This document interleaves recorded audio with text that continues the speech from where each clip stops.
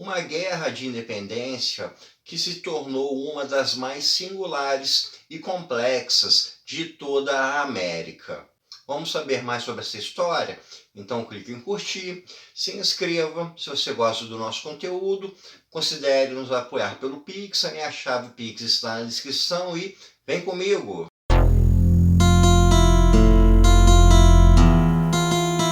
Hoje nós vamos falar sobre o processo de independência do Haiti. Um processo de independência que demorou coisa de mais de 10 anos, culminou numa guerra civil e num nível bem alto de violência e de mortalidade. Antes da gente falar sobre esse processo em si, a gente precisa falar sobre como era o Haiti antes disso ocorrer. O Haiti é uma ilha que fica ali na região do Caribe e na época era chamada de Santo Domingo.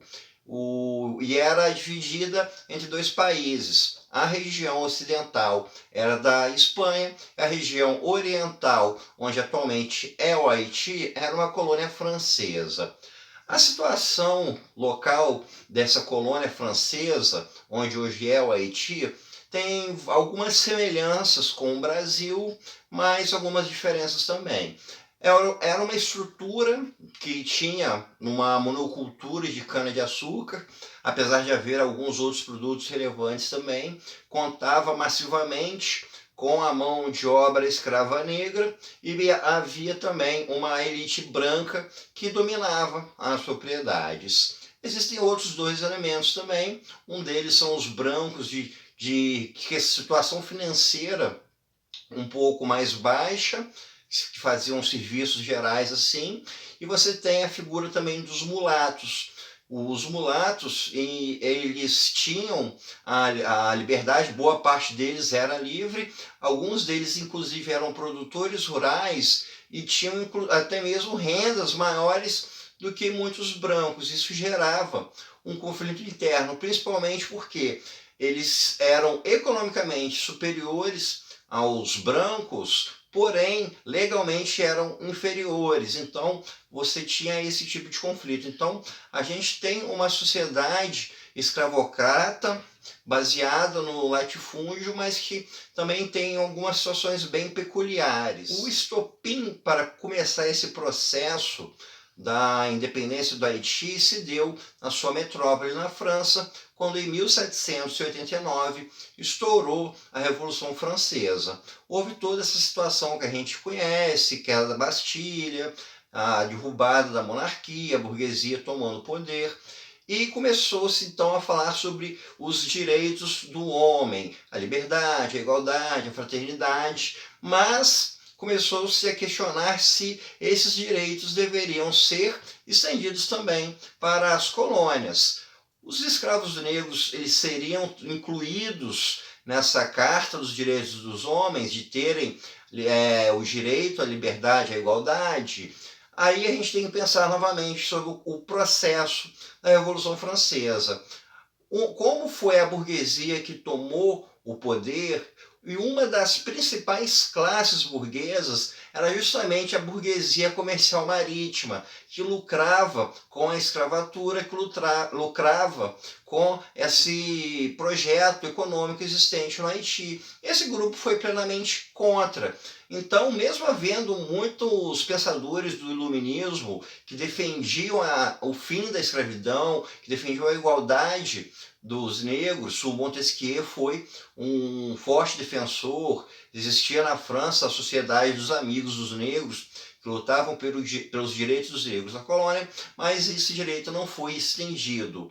Mas todo esse ideário da Revolução Francesa acabou atravessando o oceano e chegou no Haiti. O primeiro movimento que ocorreu com relação a esse ideário do iluminismo, esse ideário da Revolução Francesa que chegou até a ilha de Santo Domingo, foi com a revolta de Augier, que ocorreu em 1790. Mas essa não foi uma revolta que teve grandes proporções. Ela foi rapidamente derrotada e suas lideranças foram executadas. É em 1791 que vai de fato começar um movimento por liberdade, por igualdade dos negros de uma forma muito mais massiva. E aí é que vai surgir também o nome da principal figura da independência do Haiti, que é o Toussaint Louverture. Em 1791 começaram a surgir então diversos levantes de escravos contra os seus proprietários. Então, esses escravos, de maneira bastante violenta, começaram a atacar os brancos, começaram a destruir plantações para também eliminar a sustentação econômica dessa elite branca, e aos poucos foi surgindo uma organização desses grupos negros de uma forma mais militar, de uma forma mais organizada. Além do Louverture, houve dois outros grandes nomes que seriam o equivalente a generais, né? Que era o Jean François e o Biassou. E esses foram os três nomes que nesse momento surgiram como a liderança desses grupos negros que estavam se rebelando. Então estava havendo a morte de muitos brancos. A gente tem que entender também que a escravidão em Santo Domingo era extremamente violenta, com coisas como enfiar pólvora no ânus do escravo, ou então deixá-lo enterrado na terra só com a cabeça para fora. Então o grau de violência que os brancos infligiam aos negros era imenso. Então, quando houve esse levante contra os brancos, a violência também foi alta, porque havia esse sentimento de vingança ou de dar o troco, alguma coisa desse sentido. Então, esse levante foi extremamente violento. O governo da França então começou a ver que esse levante estava se tornando imenso. Os grupos negros já dominavam cerca de um terço dessa região. Então eles tentaram apaziguar a relação e enviaram em 1793 um homem chamado Sontonot. Sontonot ele era uma cria, digamos assim, um fruto do pensamento da Revolução Francesa. Ele chegou para tentar apaziguar essa situação e ele declarou o fim da escravidão ali nessa parte de Santo Domingo. E essa pressão também chegou até a França e a Assembleia Geral. Em 1794 também revogou a escravidão, acabou com a escravidão. Como estava tendo todo esse movimento, toda essa complexidade militar e o próprio governo da França um tanto quanto fragilizado para intervir, dois países tentaram se aproveitar da situação, que foram a Espanha e a Inglaterra. A Espanha tinha domínio na parte oeste da ilha de Santo Domingo e tentou então invadir a parte que pertencia à França, alegando que iria auxiliar os negros na sua independência, romper os laços com a França. O Jean-François Biassou acabaram caindo no conto dos espanhóis. Já o Toussaint Louverture não caiu, ele seguiu junto com o Sontonot. O Louverture ele tinha uma certa esperança no governo francês. Ele não era de fato defensor da independência daquela região. Ele era defensor da liberdade e da igualdade dos negros, mas ele não queria romper os laços com a França. Então acabou que nessa invasão espanhola acabou havendo conflitos entre os grupos negros que defendiam, digamos assim, o poderio francês contra grupos negros que estavam defendendo os espanhóis, e nesse embate acabou que o lado do Louverture foi o que saiu vitorioso. Os ingleses também tentaram algo semelhante, chegaram até mesmo a negociar com o Louverture, mas o Louverture era um excelente político, ele entendeu que a Inglaterra estava oferecendo ajuda só para lá, mais para frente, novamente tornar os negros escravos. Ele recusou e houve novamente conflitos e novamente o Louverture saiu vitorioso. O Louverture então ele acabou se tornando essa liderança militar e ao mesmo tempo uma certa liderança política, apesar de que não houve um rompimento formal de Santo Domingo com a sua metrópole. Mas ele começou a realizar algumas mudanças no país, digamos assim. Ele começou a criar escolas, porque ele via a necessidade de que aquela população que deixara de ser escrava precisava, né, de instrução para a vida, para serem livres, para usufruírem da sua liberdade. Ele também incentivou muito a que se voltassem a cultivar as plantações nesse período todo de conflito, as queimas de plantações de alimentos, a queima de casas, a destruição foi enorme e ele queria justamente reverter isso, fazer com que isso mudasse, com que a região fosse próspera, que ela crescesse economicamente. Ou seja, então ele estava pensando como a gente pode definir qual era a visão do Robert Touré. Ele queria, de fato, que se mantivesse esse vínculo colonial, porque ele sabia da condição da região que ele dava. Ele estava falando de um local onde havia a grande maioria de pessoas que tinham baixa instrução, eram escravos que foram levados da África, foram tirados da sua socialização, então esses laços sociais não eram tão fortes.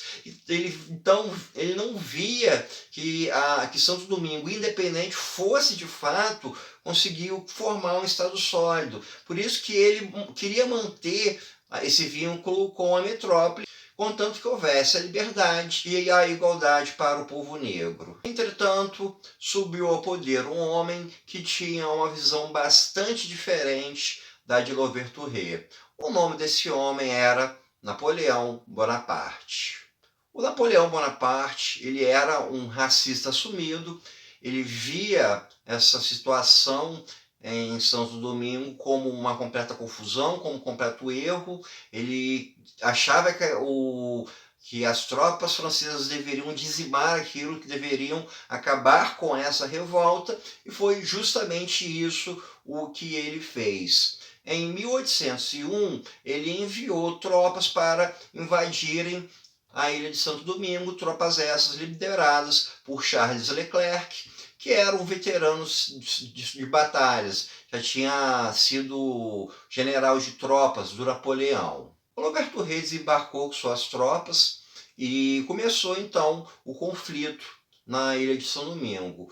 O Louverture Touré ele queria negociar, mas não houve muita conversa e a situação foi de guerra.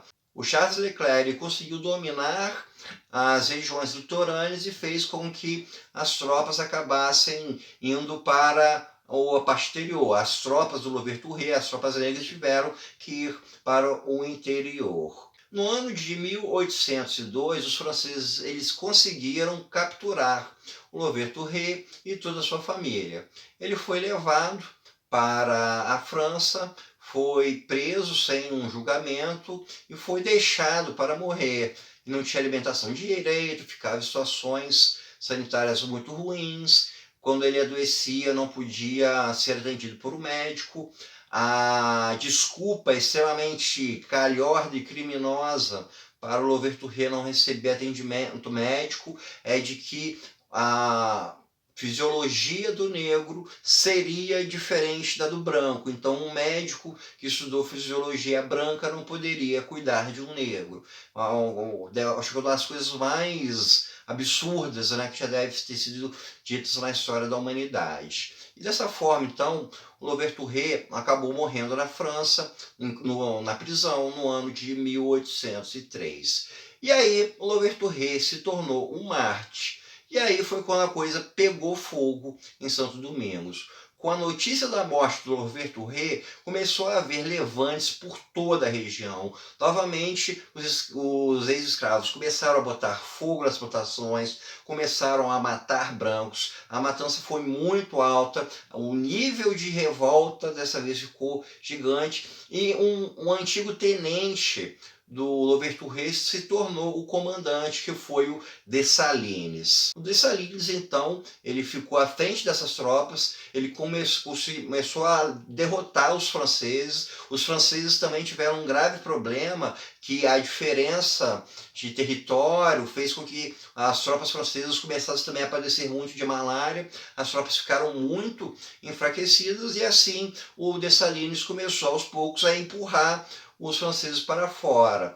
o grande momento, vamos pôr assim, o fechamento, o ponto final dessa guerra da independência.